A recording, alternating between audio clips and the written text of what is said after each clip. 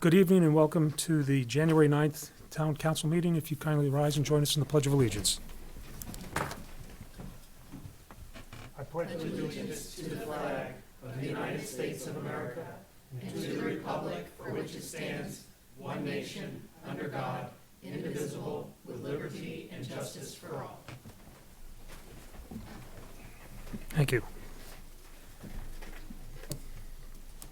For announcements, I just have 3 meeting dates. Town Council will be meeting on Wednesday, January 15th at 6:30, Wednesday, January 22nd at 6:30, both budget meetings, and we'll have a regular meeting on January 23rd at 7 p.m. here in the Matthew Thornton Room. Do we want to do a moment of silence again? Yes, we will. We'd like to also, at this point, have a moment of silence for the passing of President Carter, so if you kindly join me, I'd appreciate it.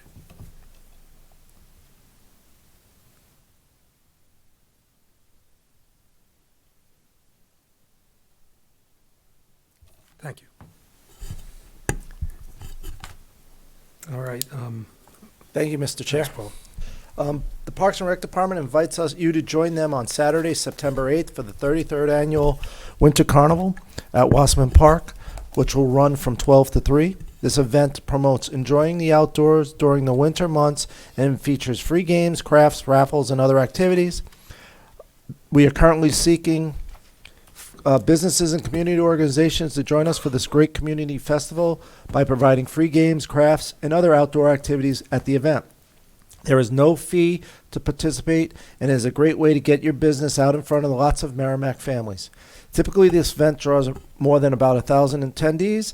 This event is held entirely outdoors. Interested businesses and community organizations should contact Parks and Recreation Department at 603-882-1046 or visit the website at merrimackparkswithanS.rec.org. Once again, that's merrimackparksandrec.org. Thank you. Thanks, Paul. Comments from the press and public. If you would like to address the council, you may feel free to do so up at the mic or at the table. Hi, Wendy. So later I will address you as a representative. Right now I'm addressing you as a resident of Merrimack. I'm Wendy Thomas. I live on Wildcat Falls Road. There's 3 things that I'd like to bring to your attention. I live off of Turkey Hill on the south end. So we've got the Amherst Turkey Hill intersection, which is horrible in the morning, and that's why we have a traffic person there. But guess what? It's also horrible in the afternoon with rush hour, and it's becoming problematic. I mean, the cars can be really backed up on Turkey Hill. People are negligent with using turn signals. People coming down from Amherst towards Continental are going at a faster rate of speed.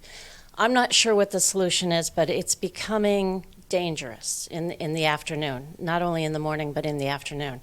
It could be as simple as putting up some stop signs there. Hey, we could have another rotary. We looked into that. I'm kidding, no rotary there, but. We'll call it the Thomas Rotary. Right, well, it could be either end of Turkey Hill. We got one on that end, and we could have another one. But it is becoming problematic, Yep. and somebody needs to look into it further. So that's number 1. Number 2 is another traffic problem, and this is on Amherst and Continental with all of the apartment complexes down near the theater. In the evenings, and I come home often at night, I come off of exit 11, so I go across that intersection. A lot of people are running across the road because there's no pedestrian walkway. There's no way for them to get from one side to the other. So they're running across the road at night, in the dark. Oftentimes they have dark clothing. You know, it just takes, especially when it's snowy and icy, someone to fall, and, you know, there's going to be a problem there too. I've mentioned this before. A couple years ago I mentioned it, and again, I think it's problematic, and I think that it needs to be looked into. I think that the state, you might have to take care of that for us, because the state with the new apartments put in new signalization, and it's all computer run, and it works. It's really been, I think, very beneficial. But you're right. There's nothing for We have no pedestrian. control. Yeah, I believe that's Turnpike Authority and DOT that owns those traffic Yeah. lights. So in that area. Okay, so. it might be easier than you thought. It's too late for this year, Yeah. but consider it me looking into it for next year. It is all of those lights? I believe so. We'll double check Yeah. that and get back to you, but I believe that's all, that whole intersection there Yeah. is all the state. Brian, Chief, do you know, Brian? Dawn? Yes, it is. It It is is. the state. Yes, I just got confirmation. Okay, okay, well then, then I will bring that up at the State House. And lastly, I just want to put a plug in for the Historical Society. They're doing great stuff. Recently, they had an exhibit, Toys of Yore, and then it was followed up with an exhibit of vintage holiday items. And these are all contributed by people that live in town. Right now, there's a big sleigh in the foyer with a bear rug on it, and it's delightful. They have meetings every third Tuesday of every month, and they usually have a speaker, but in January, they're going to do their year-end report. And then they have an open house from 10 to 2 the first Saturday of every month.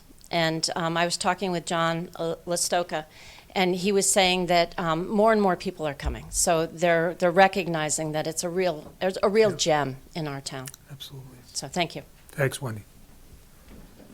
Any further comments from the public or press? We have no recognitions, resignations, or retirements, and no appointments, so this evening, we have a public hearing to consider the recommended changes to Chapter 183, Vehicles and Traffic of the Merrimack Town Code pursuant to Charter We Article. don't have any announcements? We did those already. Okay. Yep. Oh, sorry about that. No, it's fine. So, Chief, As you recall from last town council meeting, the Highway Safety Committee met with the assistant principal from James Mastacola Upper Elementary School in regards to a safety concern where when the school buses are exiting School Street, taking a left from the Bishop Street, there's no stop sign on Bishop Street. She felt there was concern because vehicles traveling into Mastacola Elementary School, dropping off students, sometimes don't realize there's a stop sign there. The Highway Safety Committee unanimously decided that it would be a good decision to put a stop sign at the end of Bishop Street at School Street. excellent. Does anybody have any questions or comments of the chief?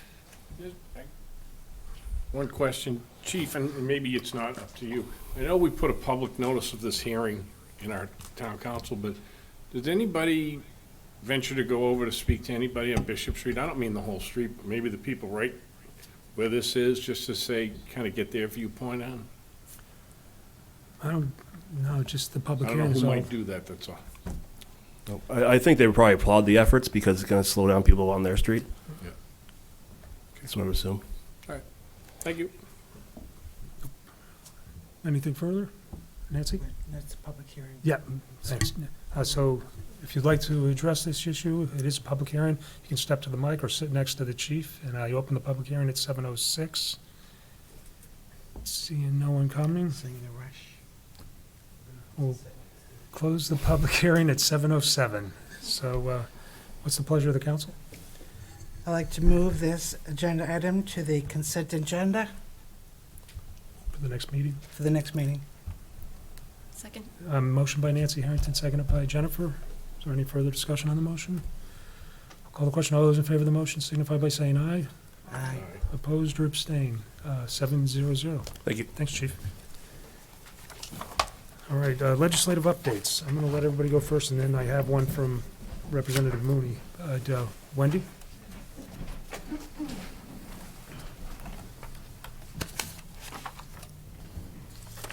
My legs aren't long enough. I am Wendy Thomas, one of the representatives for the town of Merrimack, and we have the LSR, which is the filing of early pieces of potential legislation, is done. And so I wanted to give you an update on the bills that I will be the prime sponsor on. I'm also co-sponsor on quite a few, but these are the ones that I'm the prime sponsor. The first is I am one of the therapeutic cannabis advocates up at the State House. And so this first bill is relative to hemp-derived cannabinoids and the definition of cannabis and therapeutic cannabis. So what that bill is it would allow the ATCs to buy third-party hemp CBD, which is non-euphoric cannabinoid. The reason this would help them is that right now, the way the law is written, everything that they use in-house must be grown in-house, and it takes a lot of time and effort to extract just CBD. So if they were allowed to purchase hemp CBD separately, it could lower the cost for the patients as well. So this is something the ATCs have asked for. For the third time, I will be introducing the therapeutic cannabis home grow bill, which would allow patients to grow a limited amount of plants in their homes. This has been vetted several times. It's passed the House several times. The police have looked at it. The plants would have to be under lock and key. They couldn't be seen by a neighbor. There's all these precautions in there. You obviously have to be in the therapeutic program to grow these plants. The reason for this is that the cost, for some patients, the cost of therapeutic cannabis is exorbitant. A lot of these patients can't even work. Access, some of the patients, especially up north in the North Country, don't have transportation to get to ATCs. Thirdly is availability. Cannabis is a plant, and each person reacts differently to a plant, so there might be a strain that helps one patient with their symptoms, and if the ATC stops growing that strain, then they're out of luck. So this would allow them to grow strains that help them. So that will be presented again. The third therapeutic cannabis bill that I'll be putting forward is to allow the ATCs to operate for profit if they desire. Right now, the bill is written, or the law is written that they must be nonprofit. There's a little bit of confusion because saying that they operate for profit is not the same thing as saying they have to make a profit. Operating for profit allows them access to funding that is not available to nonprofits. And so again, this could be a way for them to lower costs for patients. And it's optional. If they don't want to move to for-profit, they don't have to. Another bill is establishing a committee to study legislative protections and accommodations for individuals with long COVID. I introduced a similar bill at the beginning of last term, and the first question I got was, what is long COVID? We've come a long way since then, and the New Hampshire Fiscal Policy Institute just released a report on long COVID in New Hampshire. In the last, since COVID has started, 22,400 New Hampshire residents have reported that they have long COVID symptoms. About 9,300 Granite Staters still experience long COVID symptoms, and approximately 4,000 Granite Staters have had to leave the workforce because of continuing long COVID symptoms. And so this commission, it's actually a committee, not a commission, would look at what we could possibly do legislatively or to make accommodations for these people so that we can get them back into the workforce in some manner. That would certainly help New Hampshire and help our economy. Another bill that I'm going to be sponsoring is to establish required breaks during legislative proceedings. I think most people know that representatives in New Hampshire get $100 a year, and we work very hard for that $100 a year. But what people might not know is that after lunch, which is typically from 12 to 1, we start legislative proceedings, and we can go till 5, 6, or 7 o'clock at night, and we don't have a break. 0 break. Now, we have an older representative population up in Concord. We've got people that have bladder issues, let's just say that. We have parents that need to check in with babysitters. We have full-time employees that need to check in with their employers. If you take an airplane ride, they tell you to get up and walk around the cabin periodically so you don't get blood clots. I'm one of the people that I don't want to miss anything in the afternoon, so on session days, I don't drink anything. And so I'm getting dehydrated, my blood is getting thicker, that's setting us up for blood clots. So this would require that for every 3 hours of legislative service, whether it's in committee or session, we get a 10-minute break to get up and move around and do what we need to do. The next bill is requiring the New Hampshire Electric Co-op to file a certificate of deregulation with the Public Utilities Commission. They've done that once, and that requires consensus of the board. The average term for a board member is 3 years, and they haven't done it. I can't even remember the last time they did it. So this would just be dotting the i's and crossing the t's and making sure that the current board is in agreement with the deregulation certificate. So it's just really an administrative thing. My next bill is requiring New Hampshire builders to use the 2021 Energy Building Codes. I've been attending the Building Code Review Board meetings. In fact, there's another one tomorrow that I'll be up. They have come to me and they've asked me to already amend this bill to reflect that we want to go to the 2024 Building Energy Codes. There's some concern of, and it's not really, well, it is somewhat legitimate, but going to these codes will increase the building costs a bit, but in the long term, you'll be saving heating costs and energy costs, and you'll have a higher resale value at the end. And we would be losing out on federal money if we don't go to 2020, at least 2021. Right now, we're at 2018 building codes. So that looks like it's got consensus. Another bill is prohibiting the sale of ski boat and board waxes that contain PFAS. That's a no-brainer. It didn't go into the last bill that was passed last session with banning certain PFAS products.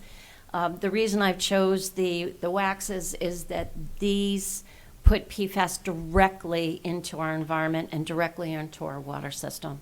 And there's plenty of waxes out there that don't have PFAS, so it's not a hardship for anybody. Another one is to establish a climate change and damage division within the Department of Environmental Services, DES. This would be looking at environmental damage and economic damage because of climate changes in New Hampshire. We've already been seeing a lot of flooding on the seacoast. Every time we have massive rainstorms and flooding, we have street repairs that go into the millions. And we're starting to see some fires too. So this would be an agency within DES that would look at that to see if maybe there was something we could proactively do to prepare for this, to remediate it, and it would be a repository for the climate plan that is being developed right now by DES. Another one is establishing a commission to study the short and long-term impacts of pending national and regional carbon pricing mechanisms. This has always been a hot topic. We were hoping that carbon pricing would be done at the federal level. It doesn't look like that's going to be done. And so this is a committee that would look into it because a lot of countries are going into into carbon pricing. And if we don't do something, we're going to be behind the 8 ball, and it's going to cost us financially. And then lastly, I'm working on a House resolution. I'm working with a local charter school's first team, and they're putting together a resolution urging the Department of Education to emphasize STEM education in public schools. And they're doing it as part of their first, they have to do a community, it's kind of like Eagle Scouts, they have to do a community portion, and this is their community portion. They're going to be up at the State House testifying, they're going to be writing letters to the editor, and I'm working with them, so, yeah. Do any of these have numbers, House Bill numbers? Because there's a few that I'm fascinated with having to vote to take a break. Was that legislation so you can take a break every 3 hours? Yeah, Okay, but I'm surprised it's not just procedural. why didn't you just do it, right? Because if you have enough people to vote to do it, then you would do it anyhow. So I just found it interesting. well, so one of the ways to go forward with that would have been to make it a rule, a House rule. Right, However, as we have seen, whichever party is in the majority can undo House rules. And this is something to It's me like that sounds like it executive should be in granite. You know, it should be law. So Um, that's why I went with it just piqued my interest. Interesting. So the other, if I get the bills for the carbon pricing, because there's a lot there that I could ask you, and I don't want to do that this evening, and yeah. to get an understanding, and the building code one as well. I'd like to know what we might be losing, so if that's in the legislation, what the federal restrictions, or pulling back a financial, grants or whatever, Incentives. I'd like to know what that's about. So if I can get that out of the legislation, I just need the bill numbers, I can dig them up. Sure. And yeah, carbon pricing and The the building- building codes. Yeah. Yep. Energy codes, yeah. Energy codes, yeah. I don't know the numbers yet. Yeah, These are, I'm just looking at the LSR Yeah, list, but yeah, I'll get that perfect. information to Yep. you and to everybody. Thank you, Wendy. You're welcome. Rosemary, did you have enough legislative update? It was a busy day today, so. Just ran out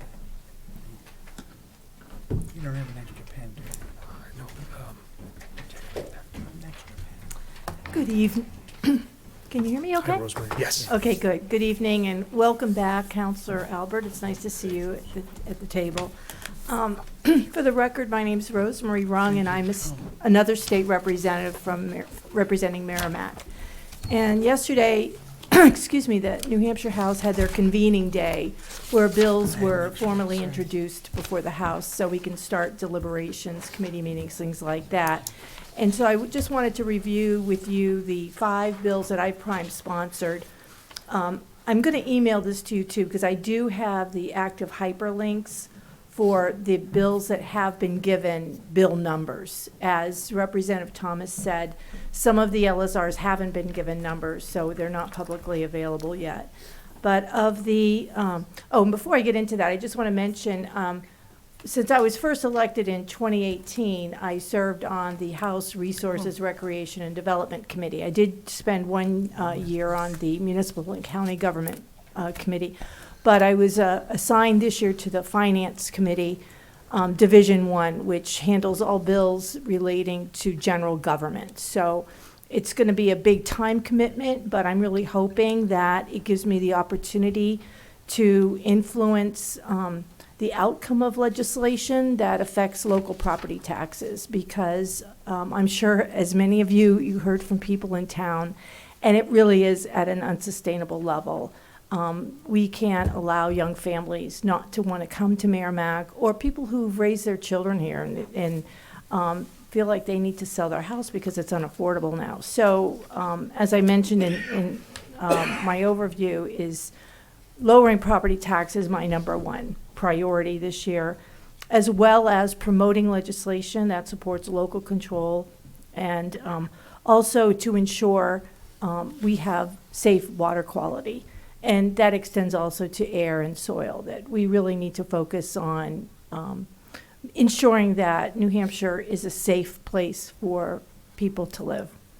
So of the 5 bills that I've sponsored, the first one it would be to create a new conservation license plate and directing the revenues from that fee to the Cyanobacteria Mitigation Loan and Grant Fund, which is a fund, a non-lapsing fund, which is administered through the New Hampshire Department of Environmental Services. And it goes to projects that mitigate or prevent cyanobacteria blooms, which has been a huge problem in New Hampshire, especially last year. This summer, it's supposed to be even worse. And the fund was established with, and over the last couple of years, it's had $2 million in revenue, but that's pretty much been taken up. Just to treat a lake that has been chronically impaired by cyanobacteria blooms is around $500,000. And almost every lake in New Hampshire has been impaired. Babusick Lake is really horribly impaired. For years and years, they've had chronic blooms.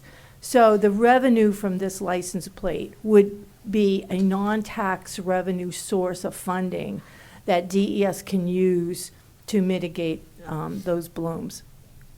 So that's the first bill. The second one would, going along on preventing blooms, is also to prevent the intentional addition of nitrogen and phosphorus into state-regulated waterways. And it is not uncommon for people in and around lakes to just leaf blow their leaves in the spring and the fall into a lake or a river. It's far less expensive than hiring a landscape company or to haul it off themselves. And even though DES knows that it's best practice not to do that, people still do it. And I just want to put something in the Shoreline Protection Act that adds to the list of practices which are illegal. And this would be one. If someone intentionally is adding, and it could be a landscape company too, but if somebody's intentionally adding yard debris into a state-regulated waterway, that would be considered a violation of the Shoreline Protection Act. And then along that line, when I was reviewing that statute, administrative fines for violations begin at $500, and that was set back in 1991. So I went into Google and said, what would $500 in today's dollars be? And there's 3 levels of violations, and it brought it up to, it was 3 times as much. So this bill would just amend current statute to increase the maximum fine levels that DES can impose on shoreline violations. They don't have to go to that new maximum if this bill passes, but it just gives them the ability to do so. You know, one other reason too is we see a lot of development around New Hampshire lakes, and a lot of people are buying this property. They have a lot of money. They may be demolishing an existing, it could be a seasonal cottage, and they're building big homes. And the current level of fines is not a deterrent for people that are spending the kind of money they are. So the level has to be at a certain point where people would second guess, maybe it would cost me more money if I violated the law than if I just do the right thing. So we need to make sure the fines have that deterrent property. And the fourth bill is also kind of along the same line. There is compelling evidence throughout the world that exposure to a common toxin found in cyanobacteria blooms, it's called BMAA, is a factor leading to ALS diagnoses. And they've seen in lakes where there has been frequent cyanobacteria blooms, there are clusters of ALS. I think that, well, let me back up. Vermont, Maine, and Massachusetts have ALS registries. And colleagues of mine and I have sponsored legislation over the past few years to have a New Hampshire ALS registry, but it's all failed because of the costs that would be involved. So there is currently in statute a way for Department of Health and Human Services to just count the cases of Ray's syndrome and lead poisoning.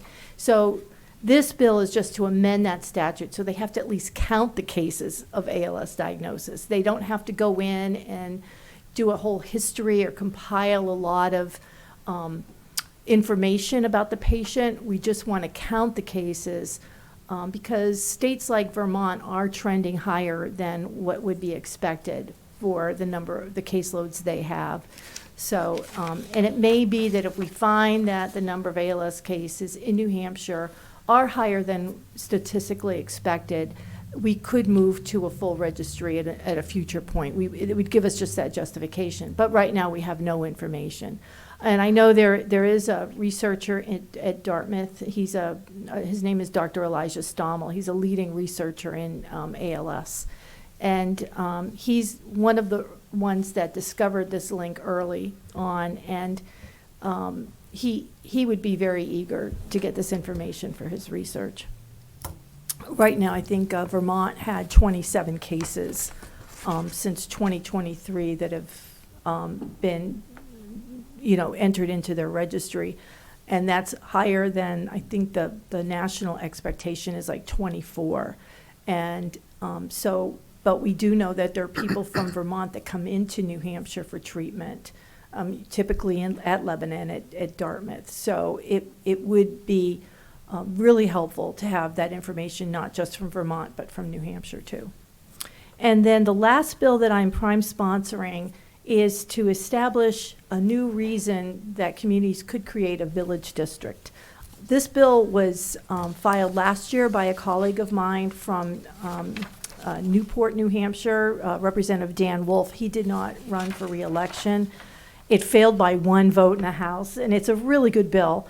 Right now, the state of New Hampshire allows for, it's over 10 reasons that you can set up a village district. It could be from setting up a mosquito district to kill mosquitoes, or like we have in in Merrimack, a water district.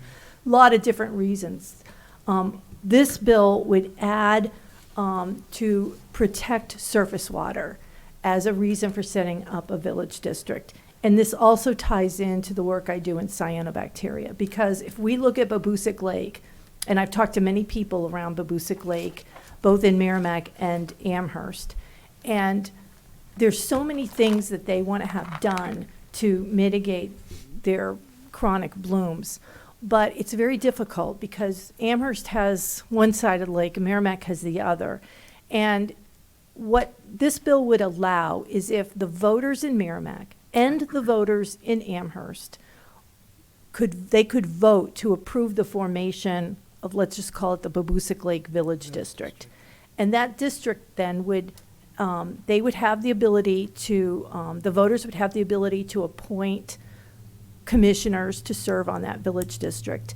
And those commissioners can then set local ordinances or rules or taxation that would still have to go before the voters within that district that would help regulate what's going on with Babusick Lake. And I'll give you one example of something that I would not be surprised would come about if this district was formed. Babusick Lake very, very likely has to have a lake treatment. And I mentioned that's about $500,000. And the people who have the biggest vested interest in that are the people that live around the lake. And I live on, the north end of town in Reed's Ferry. I would think maybe why should I give money to mitigate these blooms at Babusick Lake? I don't have as much interest, personal vested interest in that as someone else. So why should I pay? And having a village district, those people that are most invested in that, they would then have the responsibility for raising the money needed to provide that, that mitigation. The reason, and I know the colleague that first brought this forward, his interest was because of Lake Sunapee. There's several communities around Lake Sunapee, and they've been able to pass ordinances town by town that have been consistent and serves to protect Lake Sunapee. But sometimes for smaller lakes, or smaller communities, it's harder. Plus, where lakes like Babusick Lake that are impaired, they don't really provide the level of economic benefit to the state that larger lakes do. You don't see people going to Babusick Lake as a destination vacation. You don't see a lot of commerce, restaurants or hotels that feed into an economy. Compared to like around Lake Sunapee, they're in the billions of dollars of economic benefit. So the state would likely prioritize remediation in that area than they would ever. Babusick Lake will, in my opinion, I doubt Babusick Lake would ever get state assistance to mitigate their blooms. But a village district, they could then have that local control for what they need to do for their lake. And they've done tremendous work, but it's really difficult with just the chemistry and the geology around Babusick Lake. It's going to be very difficult, if not impossible, for them to control these blooms without having an in-lake treatment where alum is added and it binds up the aluminum. There's a whole chemistry to have why those work. But anyway, so this would just be enabling legislation, that communities would be enabled to form a village district for this purpose. And then I've also listed the 20 bills I'm co-sponsoring. I'm not going to go through those. I asterisked the ones that I think may be of interest to the council. One is the one that Representative Thomas is sponsoring about the PFAS in the ski wax. That's explanatory. The next one is one that's come before the House at least a couple times since I've been a state rep, but it would be to have the state contribute 7.5% to the state retirement system. If you remember, and probably Paul does, people years ago, all of these teachers unions, police unions, fire unions, they all had their own retirement system, and the state said, listen, if you guys all pull your pension systems into a state retirement system, we'll contribute 1/3 of the contributions. The employer will contribute 1/3, and then the employee will contribute 1/3. Well, back in, I think, 2013, the state, in their interest to reduce their budget, said, we're going to stop contributing to this anymore. And what we saw back then is our property taxes jumped, because now the town of Merrimack now has to pay for that state share for the police and the fire and other unions that we have. Same thing with the school district. They have a lot more employees. They went and their property taxes jumped. And, people think, oh, you're spending more money. Well, yeah, but it's money that was paid for by the state, because a lot of revenue we get, half of the revenue that the state gets comes from the federal government. And a big chunk of revenue that I think the town and the school district gets from the state. So when the state says, oh, we're going to decrease revenue, we're not really increasing spending. We just have that loss of revenue we have to make up with property tax.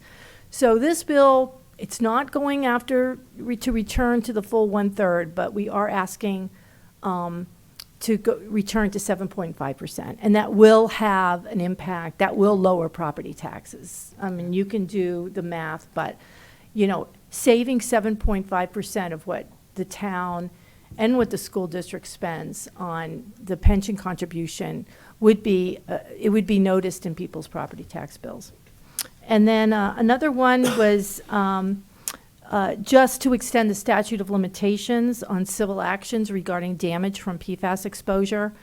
Right now, so many health impacts research it doesn't come out right away. Sometimes it takes years to say, okay, exposure to PFAS at this particular level for so many years yields kidney cancer.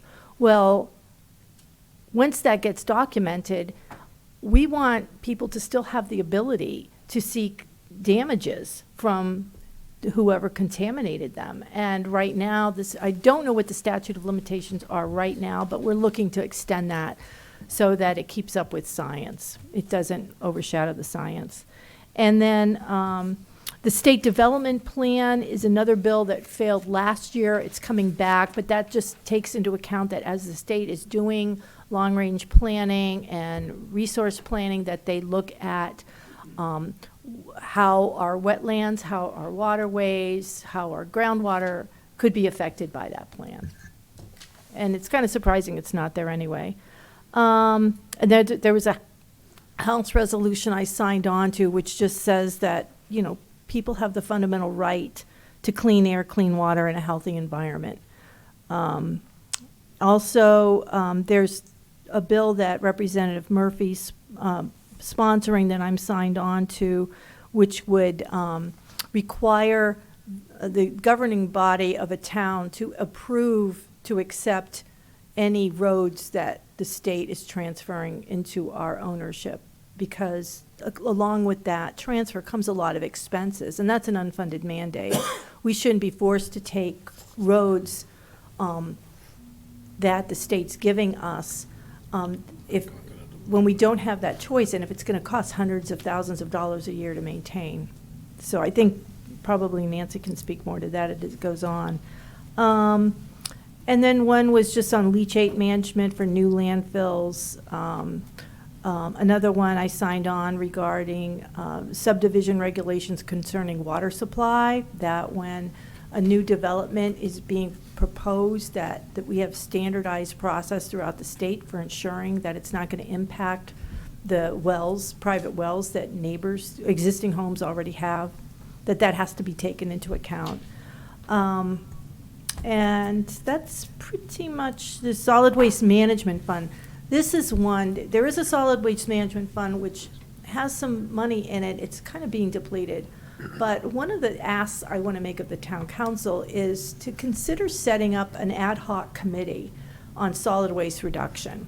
Because I think if we look at how much we spend on solid waste management in this town, if we can just save or prevent 5 or 10% of waste going into the transfer station, I think that would be a way of lowering property taxes without any pain. It may just be a marketing promotion on how people can reduce their solid waste, things like that. But there's a big movement throughout the state on reducing solid waste because we've discovered all the money that's being spent to manage our landfills, also just proposals for new landfills. And we discovered through the work that's being done in that area is that a lot of solid waste coming into New Hampshire comes from out of state. And it's consuming the capacity of our existing landfills. So if we can reduce waste overall, I think it's a big cost savings, and it's also better for the environment. And then, there's a great bill that Representative Boyd put in for me, is Excuse me, to Rosemary. establish sound Sorry sound about that. barriers. Peter, I think you wanted to. Oh, I'm sorry, Yeah, Peter. Rose, I didn't know if you were finishing up. Oh, no, that's I okay. You got something written here that really got my attention, is something regarding sound barriers along that turnpike. Yeah, I was just going to get to that. I Awesome. wanted to limit the number of bills I introduced, so I've been working with some neighbors up on Back River Road, and we've been trying different strategies for getting some relief from the sound from the turnpike. And so I had a conversation with Representative Boyd, and he agreed to prime sponsor this bill that would seek sound barriers. And I believe every representative in Merrimack has signed on to that. I hope so. That's a bill we'll be looking for your help too. Testimony, written testimony in support of that. I'll keep my fingers crossed, but we'll see what happens. But we need to bring attention to this. And then I believe weatherization initiatives, that's another bill I signed on, mainly also to reduce the cost our families bear in keeping their homes. Are there ways that we can promote weatherization efforts so it saves on heating and air conditioning? And those are the major bills. And then one other thing I wanted to mention before I close is that beginning on January 21st, our legislative email accounts are changing. So if you've got any of our emails in your contacts, just be aware that on the 21st, you can see our first and last name at like rosemary.rung@ is changing. After the @ instead of being ledge.state.newhampshire.us, it's going to be .gc, which is general court, .newhampshire.gov. So just, if you are having trouble hearing back from us on an email or something like that, that's probably why, is that the emails have changed. I think you'll hear a lot more about that. We'll try to communicate that. In fact, this is all I know, but I'll share that information. So sorry if I went on too long, but I'd be happy to take questions. Does anybody have anything for Rosemary? That's it. Great. All right, thank you so much. Good night. Thank you, Lynn. Nancy, did you have? Sure, thank you. And just in terms of legislation, I have 6 prime-sponsored bills, 20 co-sponsored bills, and 2 of my biggest bills are, one is Representative Rung mentioned it, and it would require that the state not release or transfer responsibility or ownership of any of its highways onto municipalities unless they have the explicit permission by vote of the local governing body, the town council. So Representatives Boyd, Mooney, Rung, and Thomas are co-sponsoring that. I'm concerned about that, actually. I just mentioned to Town Manager McCallie yesterday that I'd like to schedule an appointment with the governor, who's letting her get settled in today. I've heard that she might be supportive around this, but, I mean, it's clearly an unfunded mandate, so I don't even know why it's been allowed to come back. The representative who brought it forward last time, and we were allowed to put it 5 years out by an amendment in the Department of Transportation, but the transportation plan, but that's not satisfactory. It's just putting off the inevitable, and it shouldn't even be up for discussion. But the representative who brought that forward is now a senator, and is pretty set on making this happen, because they need the revenue. We're the cash cow for the Department of Transportation. And, I know you came up with us before to talk about this, and it's not over. It's going to be a rough sell, but it's certainly, I would actually, if we don't have the support for this, I would love it to be tabled and bring it to the Supreme Court, because it's just, no matter who we argue with, no matter who we tell, we should not even be required to get to that point, because it is so clearly an unfunded mandate. And the challenge is that, we have to have some buy-in from other representatives from other parts of the state, because once they do it to us, anybody else, and that's the perspective I'm trying to share with people and say, this could happen, coming to a town near you soon. So anyway, that's a big one. The other one is, actually it's LSR 0001, and that is a bill that I filed after speaking with our police chief, LeVake, and he became aware of a program that our former police chief, Denise Roy, in Florida, she now works for U-Impact. And U-Impact is an online victim impact panel program that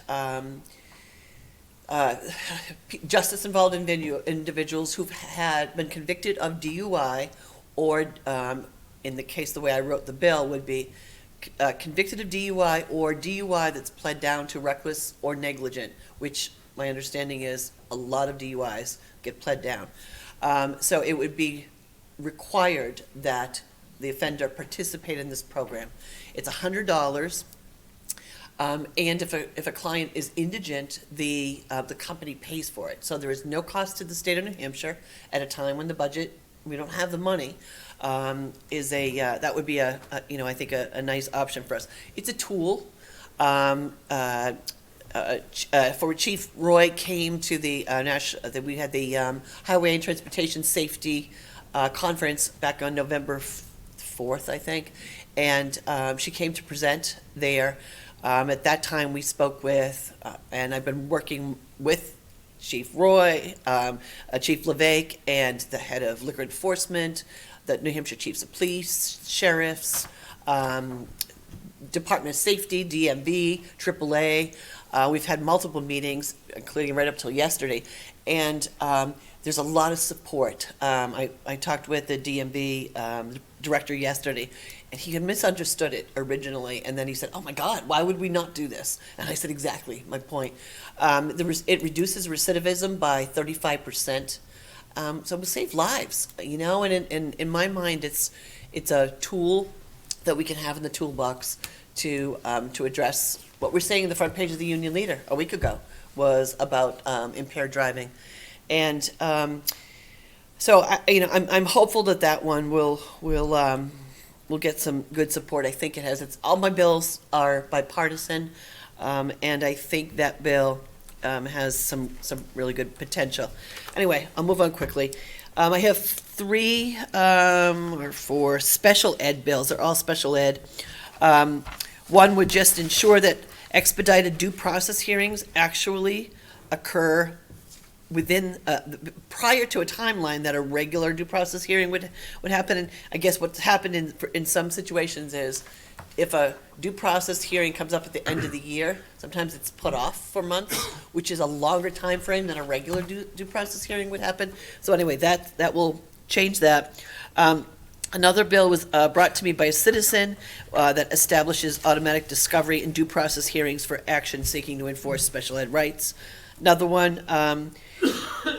would make DHHS financially responsible for children who are receiving special ed services and need to be placed by DHHS in a DHHS contracted or certified program to receive more intensive treatment to avoid psychiatric hospitalization or boarding in an emergency room. Another one clarifies the ability of foster parents to represent the child in their placement at IEP meetings with the approval either the Department of Education or the child care licensing agency. I think, let's see. Yeah, that was pretty much it. And Representative Rung and Representative Thomas, I'm on those bills, many of those bills as well.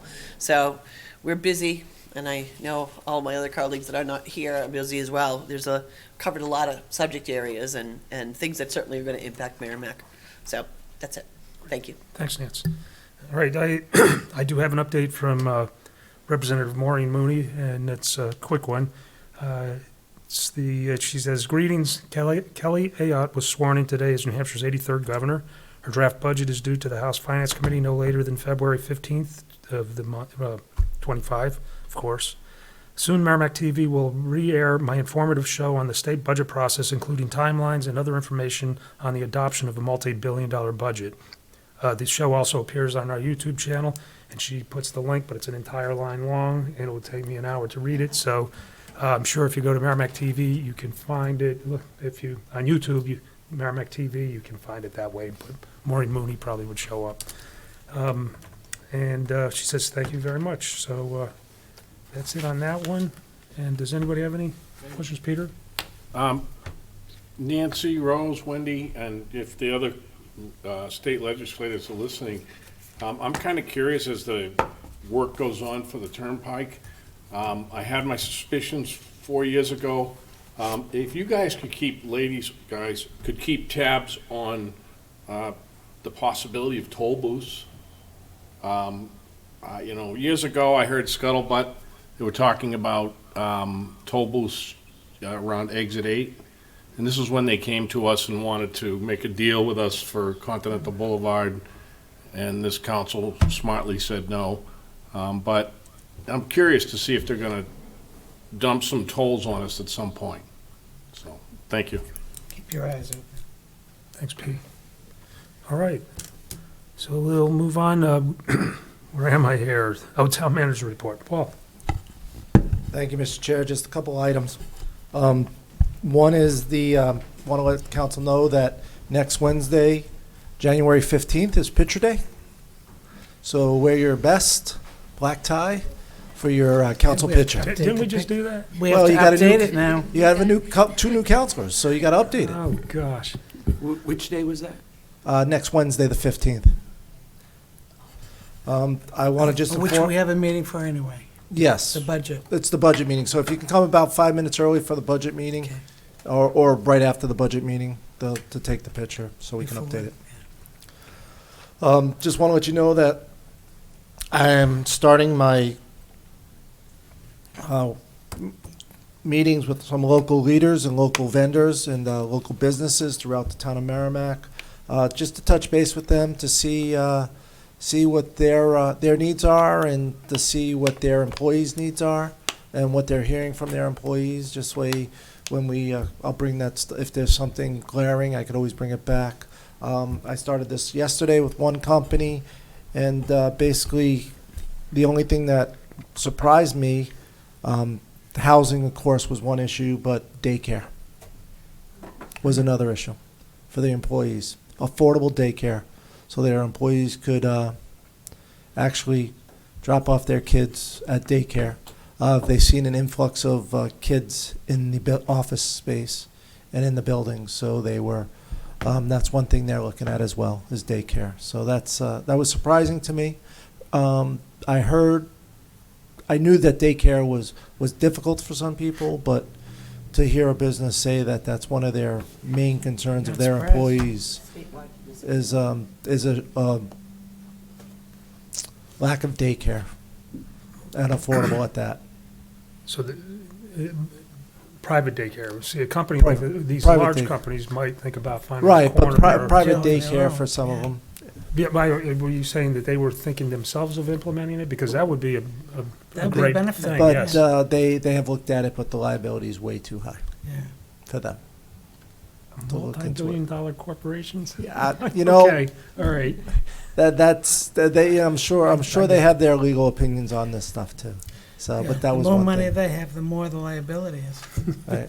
So, That's true. but I'll be meeting with some other local businesses and corporations, and if anybody would like to get on my calendar, just call the office at 603-424-2331, and I'd be more happy to meet with any local business in town that That's wants to discuss. And then lastly, last night, I kind of talked about the elections. Just want to give you an update because tax collector Brenda DeLong came to my office today. What was happening was that the state was the AVS computers for handicap. They were going to force the towns and municipalities to buy their own and then program their own for elections. And that cost was about $8,000 per unit. Well, at a call yesterday, late last night, Brenda said before she got here, the programming of AVS, they will charge the towns. And depending on how many pages of your ballot is really how they break it out. But it's going to be between $600 and $800 per local election. So any state election, the primaries, they're going to handle the programming. It's just the local election in April that we would have to do, pay for that, which is a lot less. It's about a $5,000 savings in our budget that I included, because of the 7,500 minus for the unit and things of that Nice. sort. So that is something that we'll be looking at, and it will be a change. But I did want to bring it forward because we did talk about that last night, and I wanted to get more information out there. And that is all that I have. Thanks, and I appreciate you reaching out to the local businesses. I Yeah. think that's a wise idea. All right, does anybody have anything? Paul? No. All right, we have nothing on the consent agenda. Under old business, it's the 2025-2031 Capital Improvements Program follow-up discussion. And the planning board has taken a look at it and placed their rankings, and I didn't know, I'm imagining you were there, Paul? Yeah, I went in front of the planning board with DPW Director Tuamala, and we presented our capital improvement plan. They've come back and ranked each project. This year I was surprised at a couple of, usually we got, desirable or necessary for the rankings, but, this year we got one ranking of a premature, a couple rankings of deferrable, like 5 urgents that they put out there. So they really looked at each one of our projects, and Councilor Hunter was there, and I'm sure it was probably a long night doing this. But they were there and they ranked it. And I'd be remiss if I didn't say that the board asked me to come back to the town council and say that we got sidewalks. So, Okay, and you've look at said it. sidewalks. Is that a You fair fulfilled your statement, obligation. Councilor Hunter? Yeah, and I told Nelson I would talk to the sidewalk. So, one of them, we ranked at number 3, which I think is desirable. We had a discussion, obviously, some individuals wanted that ranked to number 2, which is necessary. We agreed on 2.5, and then we marked it as a 3 because there is no 2.5. But, yeah, obviously, some individuals are very interested in sidewalks. And we did have a discussion, the sidewalk that we're doing from the library down that's already, planned. And so we're making progress, but wanted to keep sidewalks on the front burner. And so I agreed that, I'd make sure to talk about sidewalks when we went over the CIP. So you fulfilled your obligation. I did. Thank you. And basically, nothing's changed on the years or that we talked about when I first came and presented the CIP to the town council prior. But I do want to say a couple of things that they did say were urgent. Is the 800 megahertz tower, which the council feels the same way there. Yeah. Another urgent is the master plan, Yeah. which we understand. And then there was a couple of urgents on wastewater. The pump station, the screw press, Pennachuck Pump Station, the screw press, and Birch Street Pump Station. So those what the planning board felt were urgent needs.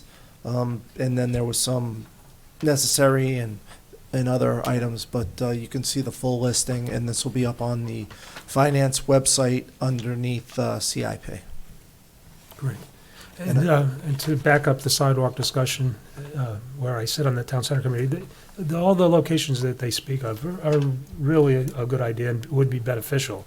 It's just the difficulties that we have in budgeting and so on. So we try to fit them in when we can. And I know Director Tuamala is here tonight to discuss going for a TAP grant for one of the areas for the sidewalk from Babuzik Lake Road, the corner of DW and Babuzik, all the way up to the American Legion. So we are trying to use as much federal and state money as possible to not have the taxpayers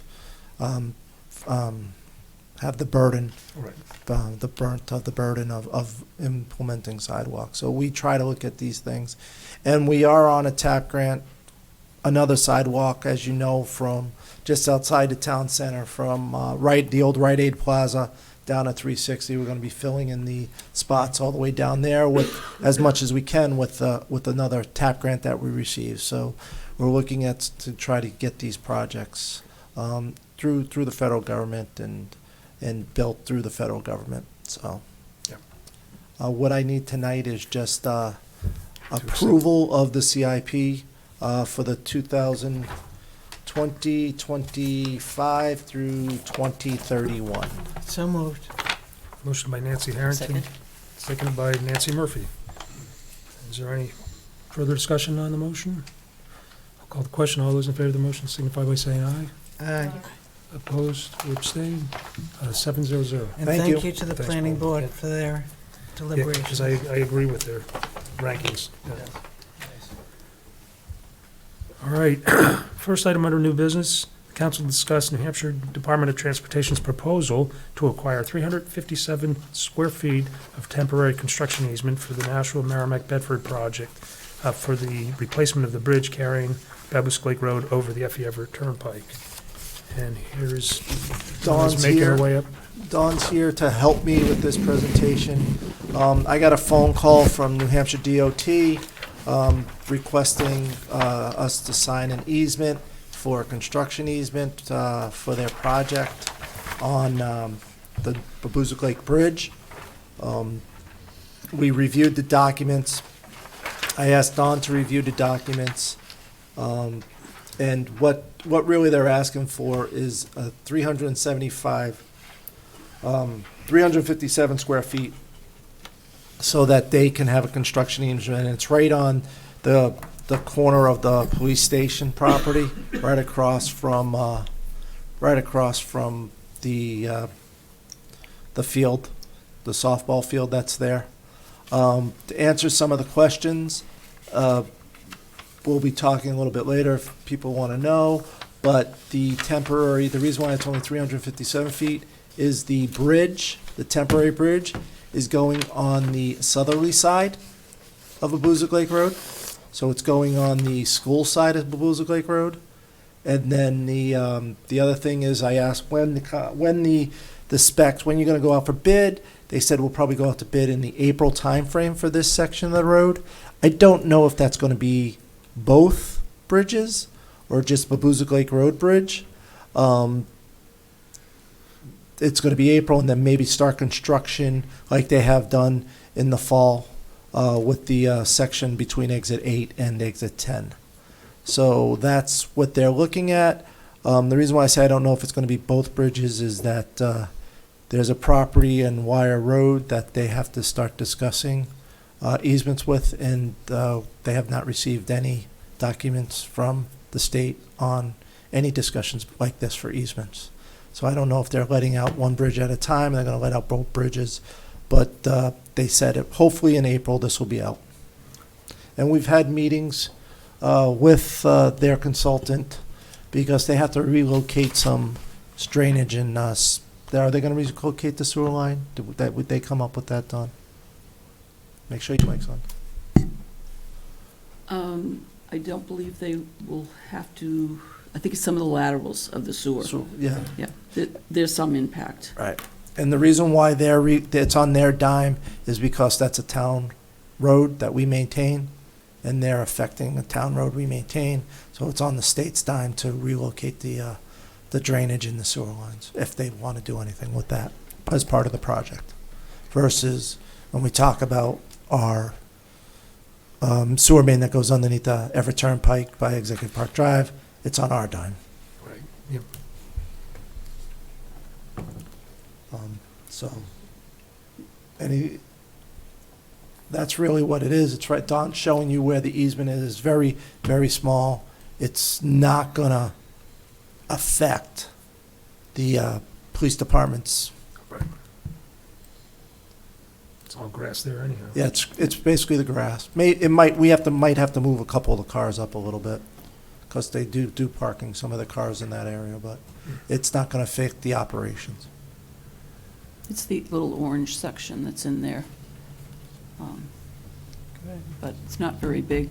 What happens is, in that area, if you go by, the topography goes up, so there's kind of a landscape before you go back down to the parking lot on the other side. So they have to cut that slope back, is basically, in order to be able to meet the grades of the road. So, Don, I'm looking at this, but I'm trying to envision, now, they're gonna put, the permanent bridge is gonna be the old Babusick Lake Road Bridge, correct? They're gonna eventually rip that down, but they need an easement to put up a temporary bridge? You want me to- No, they need a construction easement so they can do all the construction in that area for the new bridge. This is just So I for the guess I'm- grading. Yeah, I guess I'm kind of curious is, where are they gonna run, and I've been kind of looking at it as I cross the bridge all the time, is where are they gonna run the temporary bridge?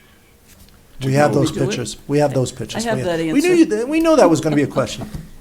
So if you can imagine, Dawn can explain it better than I can because she deals with this. Explain the color code. Yeah.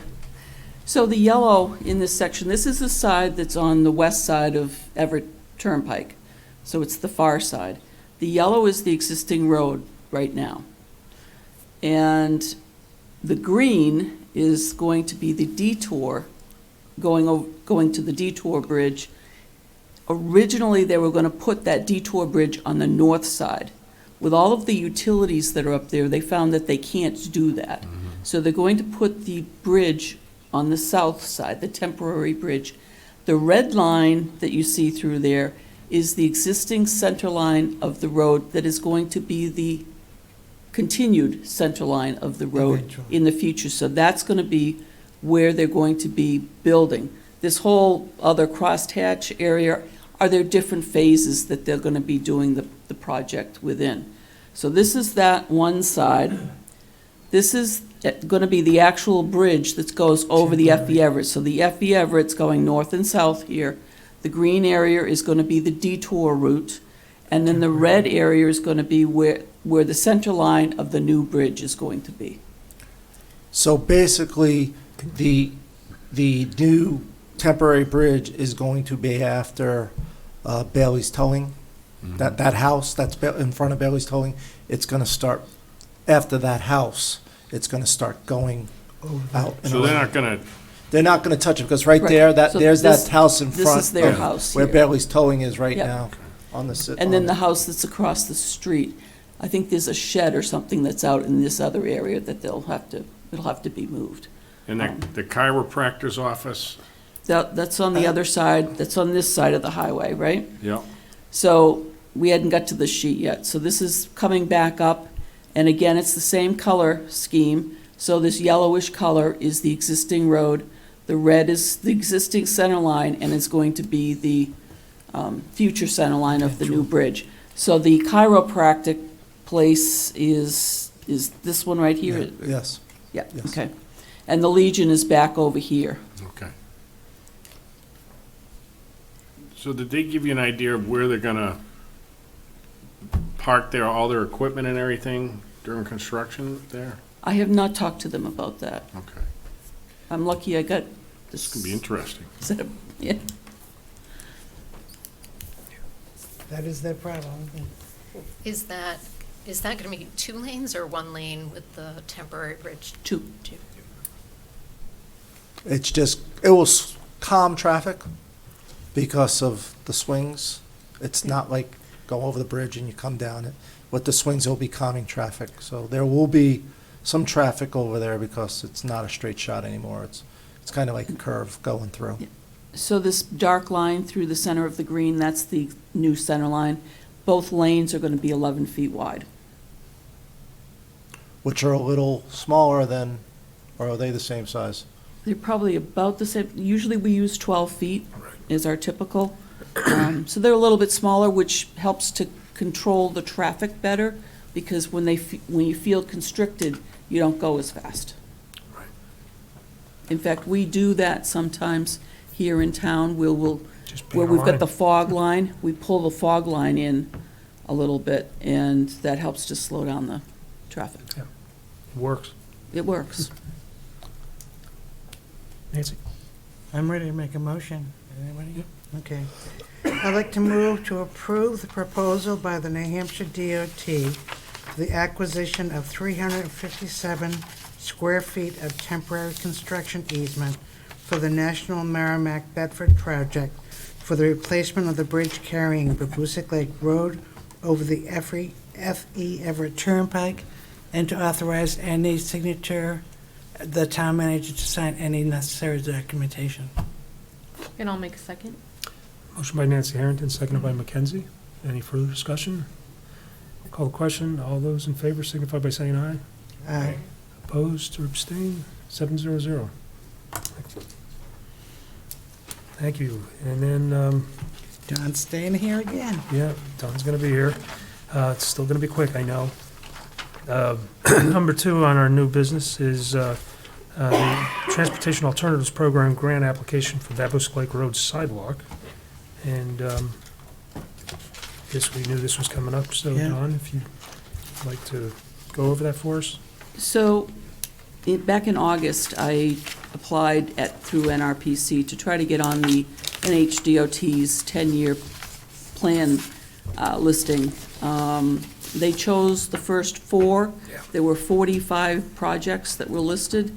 We got number 5. So we are on a waiting list, which if somebody above us cancels their project, then we will get moved up. But I didn't want to take that chance. So what I'm here tonight to ask is to have you sign just a letter of support. This is not binding in any way. The application, they've decided to do the next round of TAP grants, which is a different pot of funding.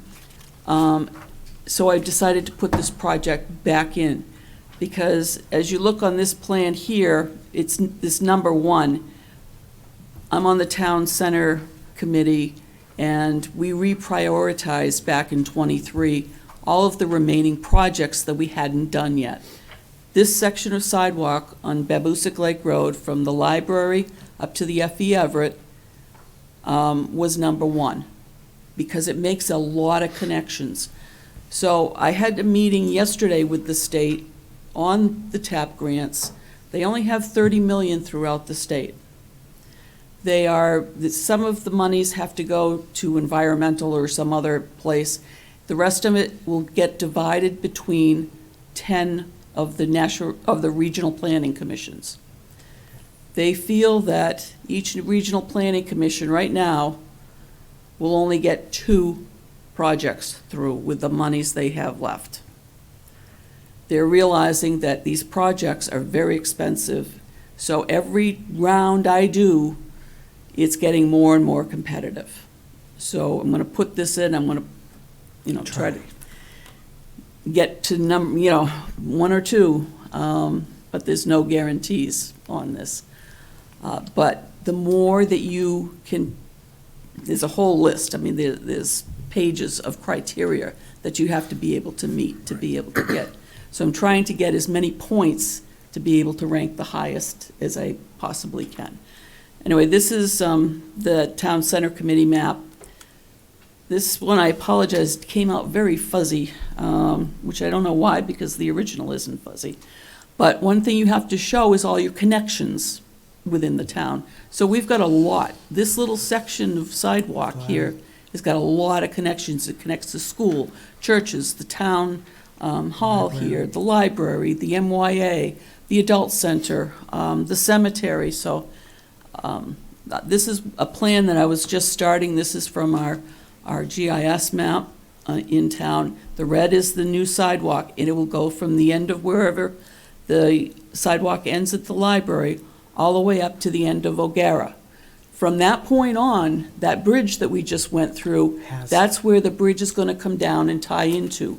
One of the criteria for getting the sidewalk put on the new bridge coming across on the north side was that we make that connection.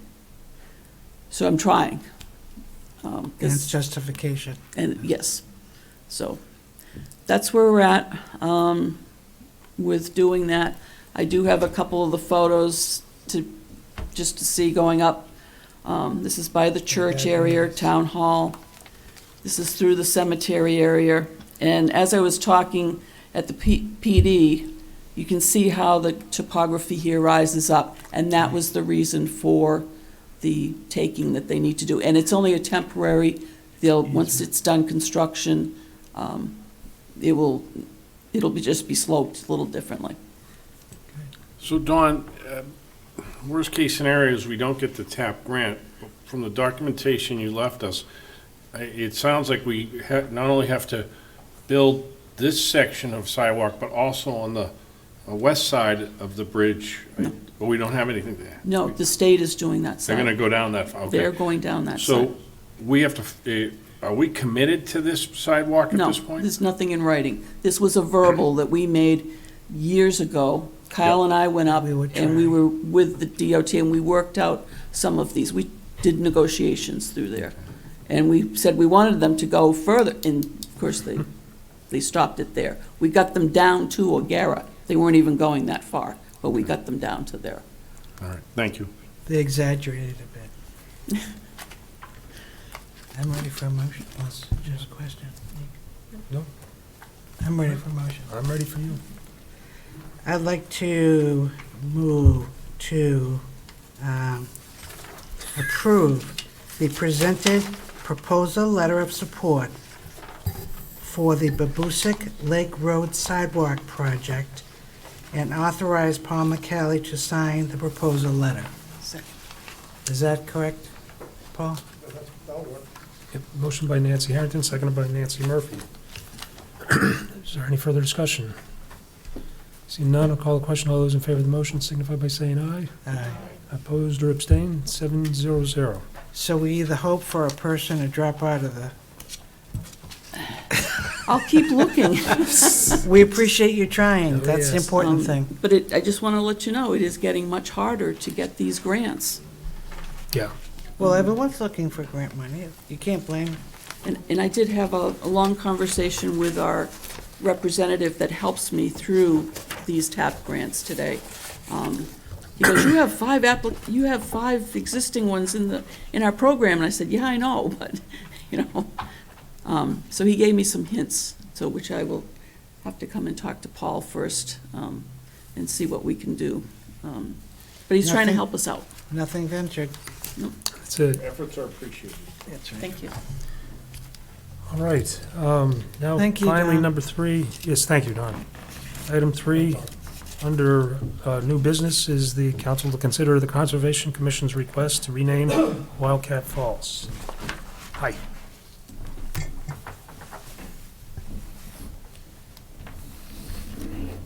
I'm taking leadership. Can you- No, you do it. No, you do it. No, you do it. Rock, paper, scissors? My name is Andrew Duane. I'm here on behalf of the Merrimack Conservation Commission, of which I'm a member. I'm also the representative ex officio to the Wildcat Falls Subcommittee, which I've been a member of for about 12 or 13 years now.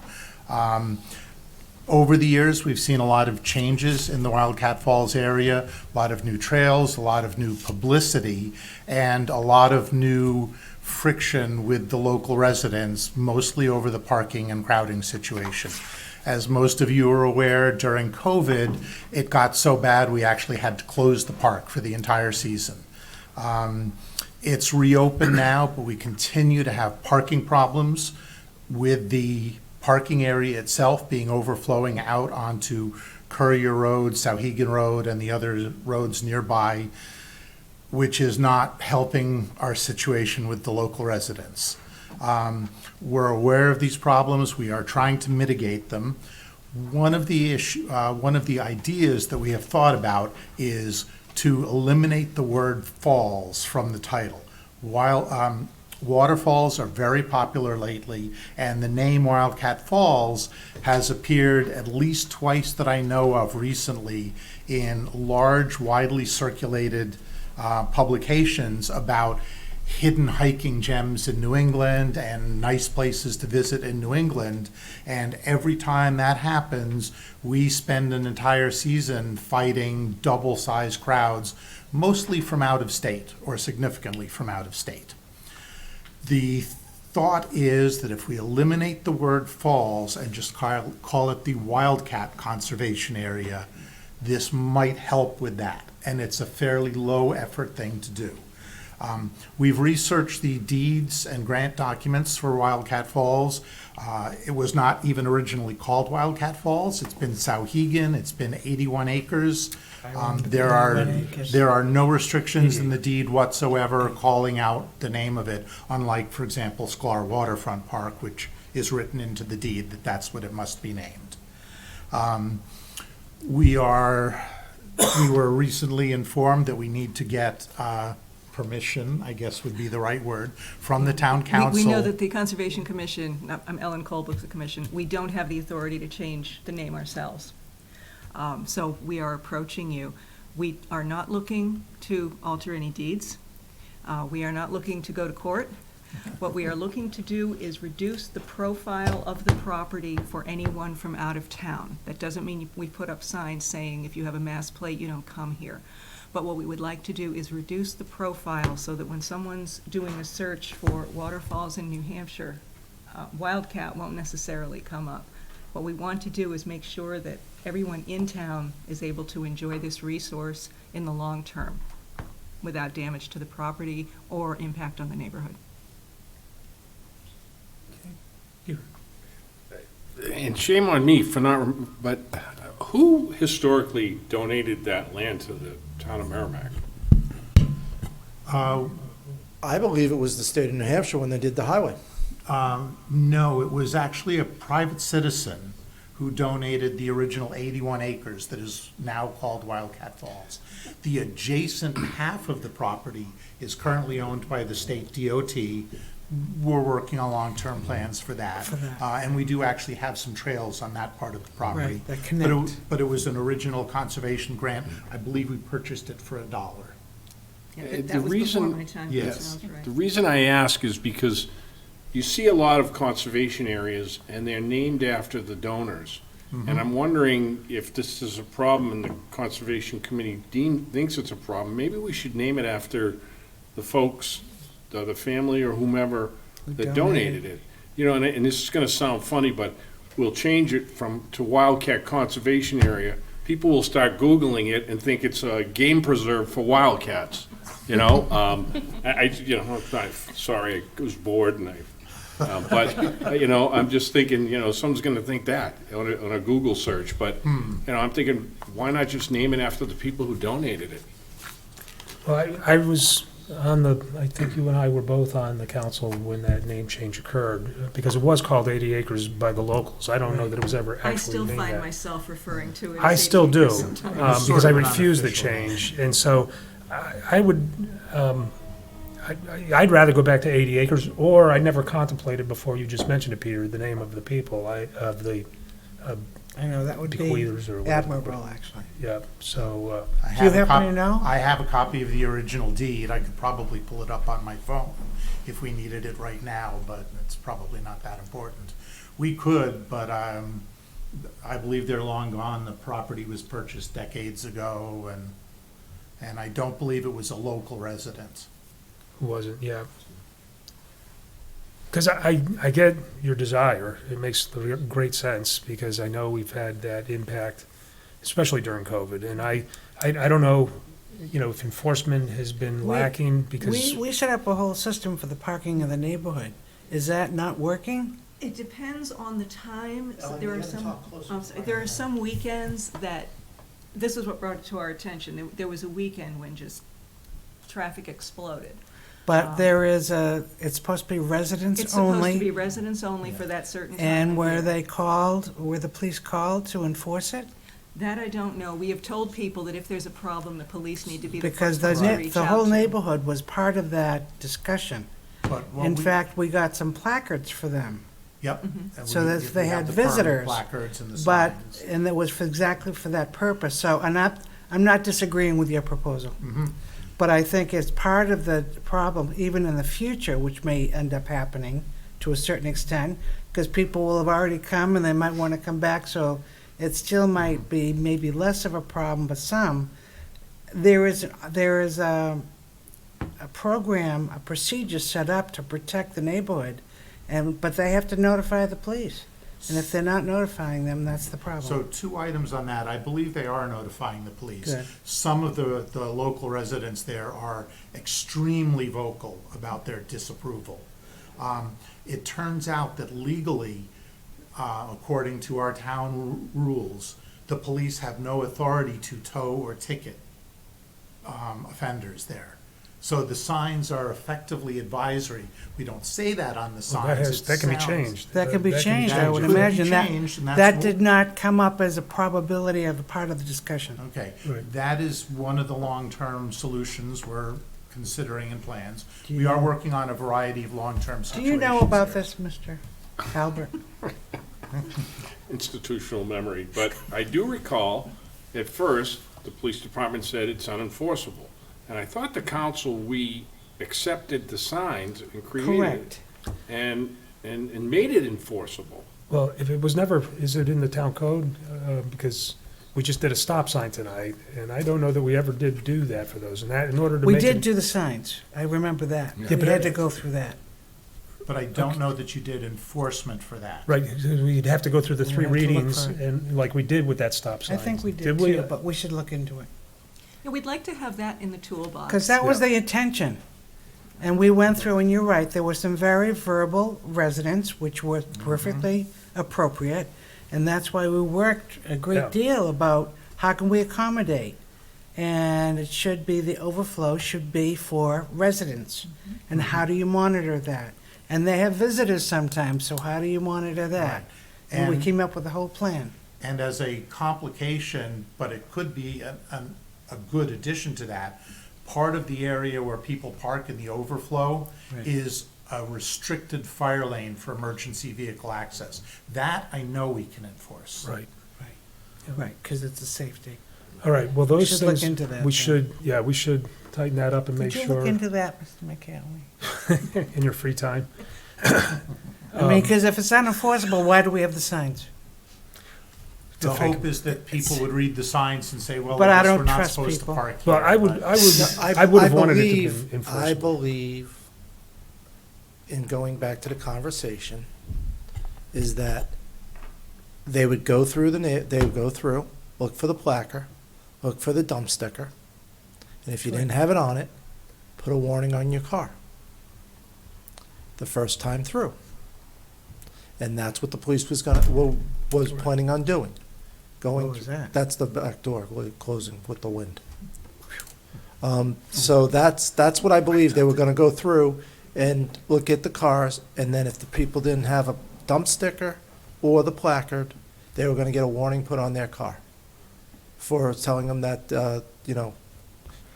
But how would we know if it was more than one time? When you write a warning, it goes into the, because it's a written warning, it goes into the system. And when they pull up the car again, it would show that they already had one.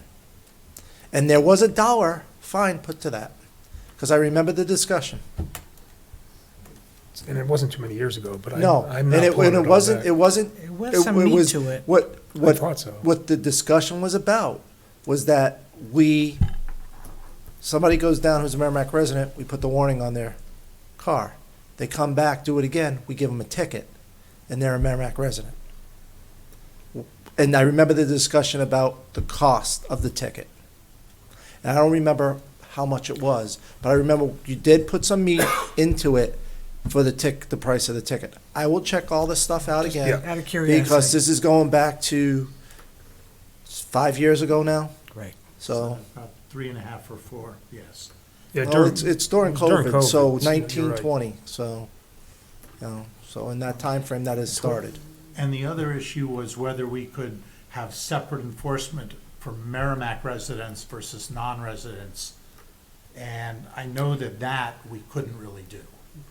Right, it was cumbersome, I do recall that. Well, let's look at it, Trying because to get then it to I work. The believe parking there lot should be. itself is open to anybody. Right. I'm sorry? The parking lot parking itself lot, is yes. open to Correct. anybody. Correct, it's the overflow. And then the overflow out of that, there were certain spots in the roads that they could park. Correct. There were no parking signs put on one side of the road, from what I recall. Right. Except down in the, Down in the Horseshoe, swoop. yeah. What's that, Hemlock?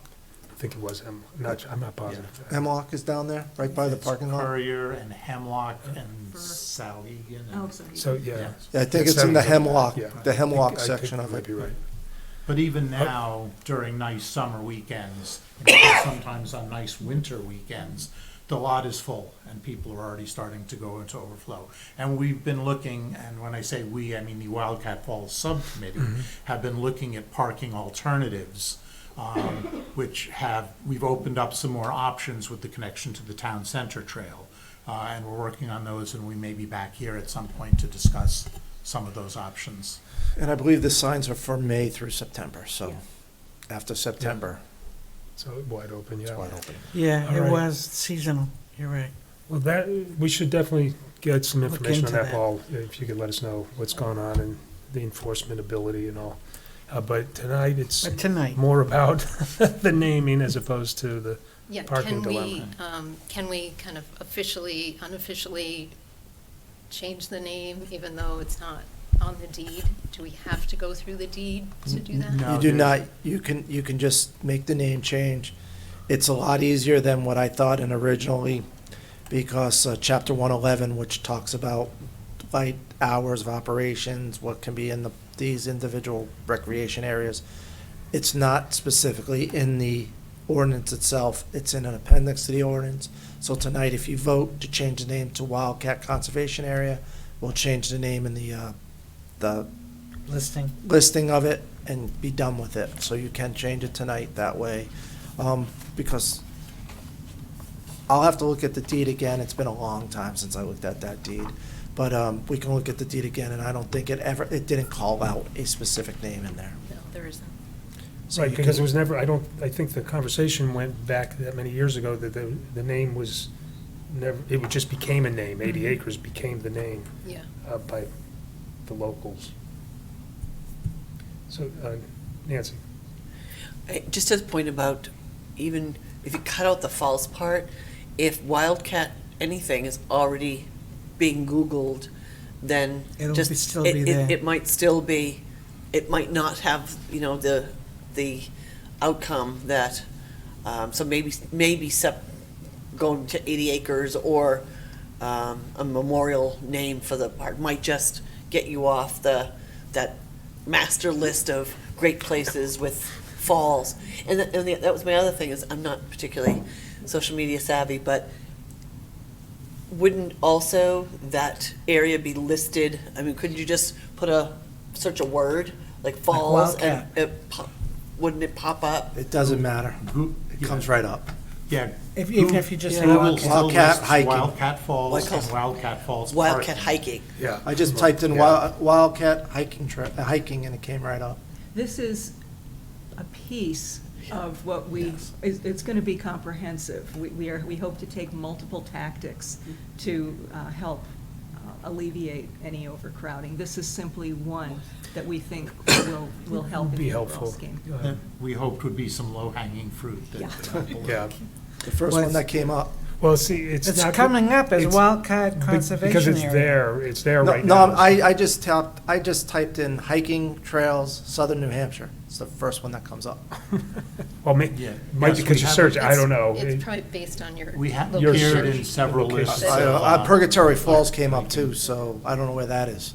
I don't hike, so. Oh, Milford, Lineborough, you What should is try that it. word? Yeah, Should I try. don't hike, so.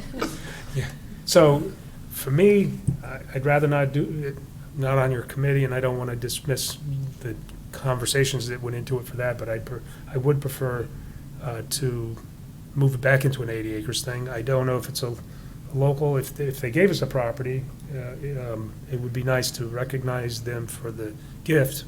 If we pay for it, I might have a little different idea on that, if, Yeah, we're not looking for signage changes at this point. yeah. Yeah, that's true. All that would have to be changed. Except, So what doesn't come up.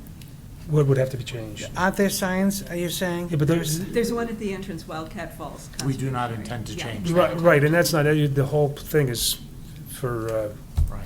the And internet. And everyone in town still knows that as Wildcat Falls, no name change will fix Yeah. that. But we're hoping to Kids. lower our profile to Right. the rest of the world at large. Andy?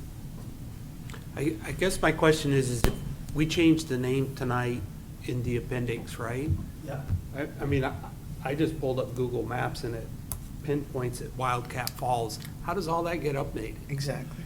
Because, I You mean, can our actually appendix isn't just- going to feed a You can send, database. you can hit edit and edit anything you want on there. And in fact, I have already twice edited the name of the Wildcat Falls Conservation Area because it was originally listed as like Merrimack Sauhegan Meadows or something. And when I got on the subcommission, I just tapped the edit button. I'm a Google local guide. They will pretty much take anything I tell them. You're Google what? A Google local guide.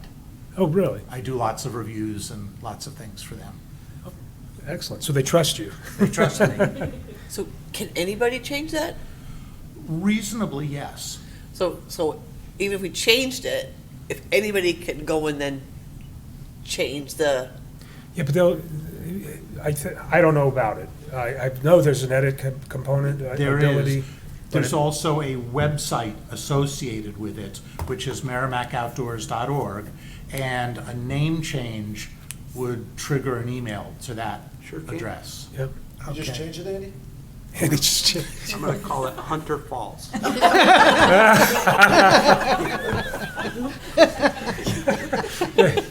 Because I'm sure the Now someone's interaction gonna go where do that, where you right? It's apparently still have, fall, so you apparently had the ability to become a they're gonna trusted think there's source of. hunting there of as well editing. as. I'm sure if it's changed and you reached out again and said, hey, I'm sure that, I'm not completely sure how all of that Yeah. works, but they have allowed me to change it. yeah. So I guess we could even separate what the new name would be from the permission for us to change the name. So that we could, Drop at Falls our now. next meeting on Monday, we could decide what to do. And if we wanted to change it back to 80 acres or to Sauhegan River Conservation Area or something like that, as opposed to just Wildcat. Because again, everyone in town will know it's Wildcat Falls. Right. Just like some of them still know it's 80 acres. Yeah, yeah. So, hear me out here. If we leave it as Wildcat Falls on the Google, and we change the name to 80 acres, it's still gonna come up. We change it to 80 acres, it's still gonna come up. It's a simple hiking trails in New Hampshire, and southern New Hampshire, and it's still gonna come up. It's not gonna solve the issue. Maybe it will solve the falls issue, because people are looking for waterfalls and the pretty pictures and all that other stuff. It could solve that issue if those people not Which coming is what you want. to look to falls. But I think whatever you change it to, because the Conservation Commission has it linked into their hiking trails and trail maps, whatever you call it, it's still gonna bring the hikers to the area. But if you wanna remove the falls from it, I think that will take out people looking for, Just falls. waterfalls. And I can't do the search, I only have 1% left, but waterfalls in southern New Hampshire. And if it's not in the name, then it might not come up. I don't know. Well, I just literally put Wildcat, and Wildcat Conservation and Wildcat Falls came up, Yep. both. And this is, of course, a long-term thing. It's lowering the Yes. profile, so we won't Over time. appear in LL Bean's next 20 cool places to hike in New Hampshire, which is what happened to us 2 years ago. Back in COVID, it was New England Outdoors Magazine published an article. I didn't remember who had done it, but I remembered hearing that it became a big thing. So, Take it off. so what's, You have to take the falls off, not to. Well, yeah, which is what they're asking. But you're still gonna, it's not gonna solve the other problem, No, No. That's correct. because you're still gonna get hikers from out of. but that's not what you're asking. That's Yeah. right. I mean, one thing, we haven't been through a summer season with the connection from Watson Park either. And I believe we were designating that as the entry, the new entry, so that would be kind of the main place for people to go through. So hopefully Yes. more people will park there and, Yeah, we'd like people to start thinking of that as an access point. yeah. And in fact, we've already modified the maps for Wildcat, that the connector trail that goes out past the high school will now be marked as 2 town center trails. And a map that's being developed for the town center trails will likewise indicate 2 Wildcat Falls, or hopefully Wildcat, or 80 acres, or whichever. Just a word of caution. The parking lot at Watson Park is not that big No. as well. So it's, yes, it will help with overflow. And I know you guys approach the school Yes. during the summer, if you could use that for overflow, and I don't know, I think they said no. They But, did. but, you know, we're not talking 50, 60 cars can park at Watson Falls. Maybe, if you're lucky, 20, 25, Yes. depending on how people park. So Yeah. it's not, And if there's something going on at Watson Park, it will already be full. We understand that is at best a small Band-Aid. The high school would have helped, but they cited legal liability and would not allow it to be published as an alternative parking lot. right. All right, I don't know which way everybody wants to go, or if, Well, I don't think We'll there's have a any further harm, there's conversation. no harm, no foul, by going along with their suggestion, taking falls out. It may or may not resolve your problem, but I don't think it does any harm I taking think it it out. might be a small Yeah. sliver of helping the problem. It won't- it Low-hanging won't fruit, as hurt, Yeah. Andrew said. in my opinion. So I'm gonna make a motion. For some reason, okay, This is our I new would like billboard. to rename the Wildcat Falls to Wildcat Conservation Area. Is that correct? Do we want to just get permission to change the name and then think about in our next meeting what a new name might be? Yeah, you can always come back and you do a little research and come back too, All for right. future. does that work? It does. We're holding up the printing of new maps for several of our conservation areas until, well, there are 2 or 3 things, and this is one of them. Okay, so Until for we your get maps, that you'd like to out. be able to, Yes. I'm okay with that. I don't, that way they can have the further conversation. they With can the have a commission. further conversation, but Yeah. they have to come back for Yeah, approval. Right. then that's their call. But I think that on their map, the map is not, you know, I mean, it is from the town, I suppose, but it's not, it's just names of things. I don't know. did someone second? It's, I don't think yet. Well, like I say, in the interest of expedience, we'll go along with the Yeah. original request to change to Wildcat. I'll second. Which was appropriate, okay. A I'll motion second. by Nancy Harrington, seconded by Jennifer. Any further discussion? Call the question. All those in favor of the motion signify by saying aye. Opposed, abstained, 6-1-0. I just In the wanted mean- 80 acres, that's all, I mean, it's not, And in the meantime, we'll take a look at, I mean, not immediate, but at some point review that parking. This can be done. This could be done for the next meeting. It's not a heavy lift to go back and look at minutes to the meetings and see what was said when we did all the changes. But if it's a heavy meeting, we can put it off. Yes, we can do that. No, we thank you very much for your attention to this. Looking forward to reporting see to how it Commissioners goes. Monday. We'll see how it goes. thanks, thanks, Andrew, and sorry for the later time. This is the Republic, I like it. Perfect, perfect. Thank Well, you. thanks again. All right, next is December 19th, 2024 minutes. Jen? Jen, do you have any revisions? Just a couple of Jen's our small ones. editorialist. In attendance, Paul Calabria was with us last time. Should he be added?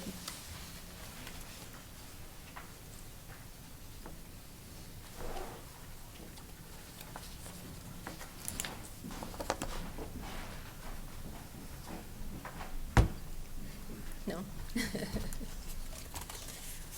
That's a tough one, because I'd have to go back and look at what past years before my time to see what they did. Do you, what, Oh, if he was included in? like Bob Levan, when Bob Levan used to go to the I meetings can't all the remember. time. I remember, yeah, but I can't. Yeah, I don't remember if he included. was ever Yeah, if included it's in not, in I there. didn't know if that was just, Yeah, because you would have to include Sharon too.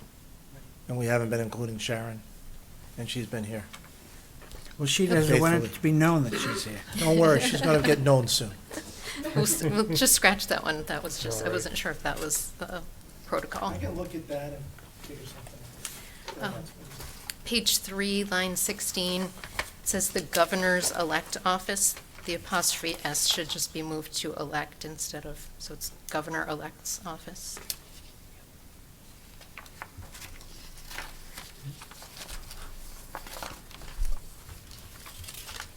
Page 6, line 25, I believe it was motor vehicle revenue, not just motor vehicle. What line was it? 25, to Yeah. increase motor vehicle to 6.2, wasn't that revenue? Yes. Yeah, good. Yeah, yeah, that's awesome. That's all I have. Kenzie? Then I believe that's all there is.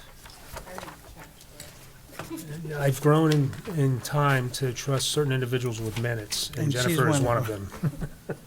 Pressure's on now, every meeting. Yes, the pressure is on. All right, oh,